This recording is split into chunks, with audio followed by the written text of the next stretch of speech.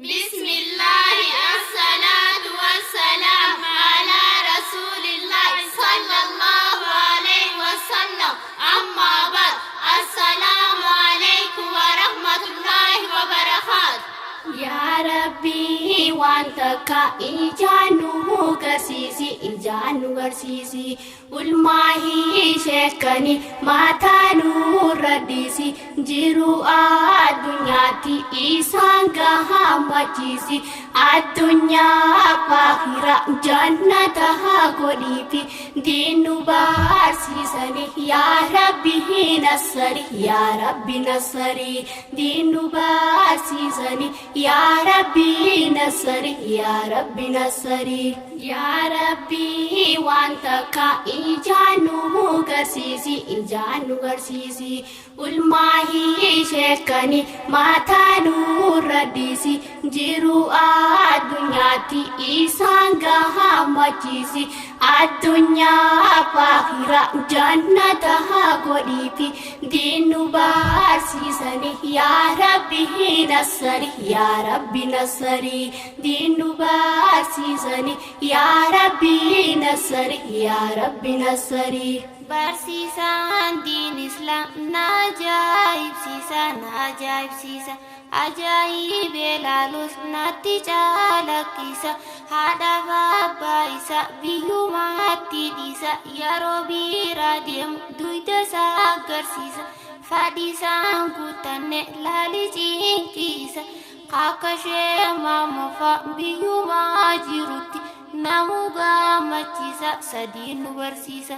akka ishee maammofa biyyummaa jirutti namu gammachiisa sadiin nu barsiisa Robarii barraaqaa kotta haraaqa diin kanaaf carraaqa karaan diin rabbii kun jannataan nu dhaqa addaan fafacaanee hin taanu suraaqa karaan diin rabbii kun jannataan nu dhaqa yaa rabbii waan takka ijaanu garsiisi ulmaahi sheekani maataanuu raddiisi jiru addunyaatti isaan gahammachiisi addunyaa baahira jannata godhiifi diinu barsiisani yaa rabbi nassari diinu barsiisani yaa rabbi nassari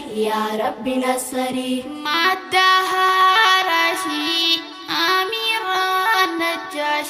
amiiraan najjaashii dhiira dhaalaalachuu barnoota nu kaasii haatiqqaa fi guddaa toohida barsiisii haafizul quraaniin eeybisii gaggeessii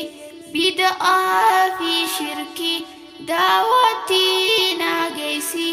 warra daawaa dide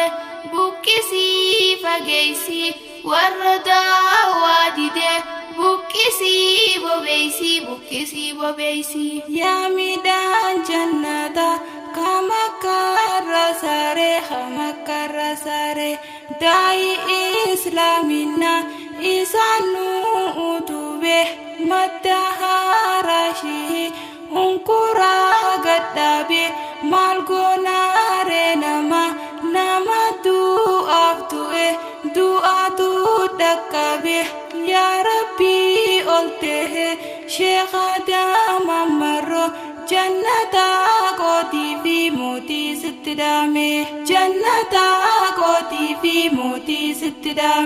yaa rabbii waan takka ijaanu garsiisi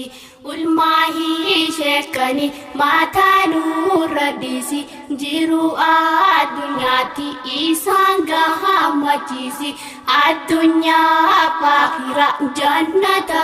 godhiifi diinu barsiisani yaa rabbi nassari diinu barsiisani yaa rabbi nassari abbaan sheekh maamayyee sheekh Jamaal Abdullah Sheikh Jamal Abdullah Ya Sheikh Banida Sheikh Kenya Gutta Isa nu barsise dubattoota keenya kunoo itti mutta abdiin gaturre jeedanuma kana rabbi sayoom fidda galata rabbiti ya rabbi nu fidde adda yooma bifte hunda waliin fidde darasaasaa hunda adda yooma bifte hunda waliin fidde darasaasaa hunda wallaahi billaahi rabbiin kakadda Sheikh Mama Khalifa hedduudhaan jaaladha isaatiin jaalata kanaafin jaaladha sadarkaa ol fuudhi rabbii keenya mawlaa sadiin kanarratti yoggunu barsiisuun ittiin godhu faallaa kaayisaanuuf kanne shukriidhaan galfadha rabbii keenya Allah kaayisaanuuf kanne shukriidhaan galfadha rabbii keenya Allah yaa rabbii waan takka ijaanu garsiisi ulmaahi sheekani maataanu raddiisi jiru addunyaatti isaan gahammachiisi addunyaa faakira jannata godhiifi diinu barsiisani yaa rabbi nassari diinu barsiisani yaa rabbi nassari yaa rabbi waan takka ijaanu garsiisi ulmaahi sheekani maataanu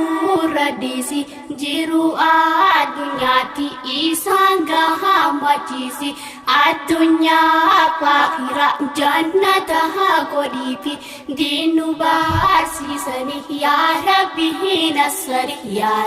nassari diinu barsiisani yaa rabbi nassari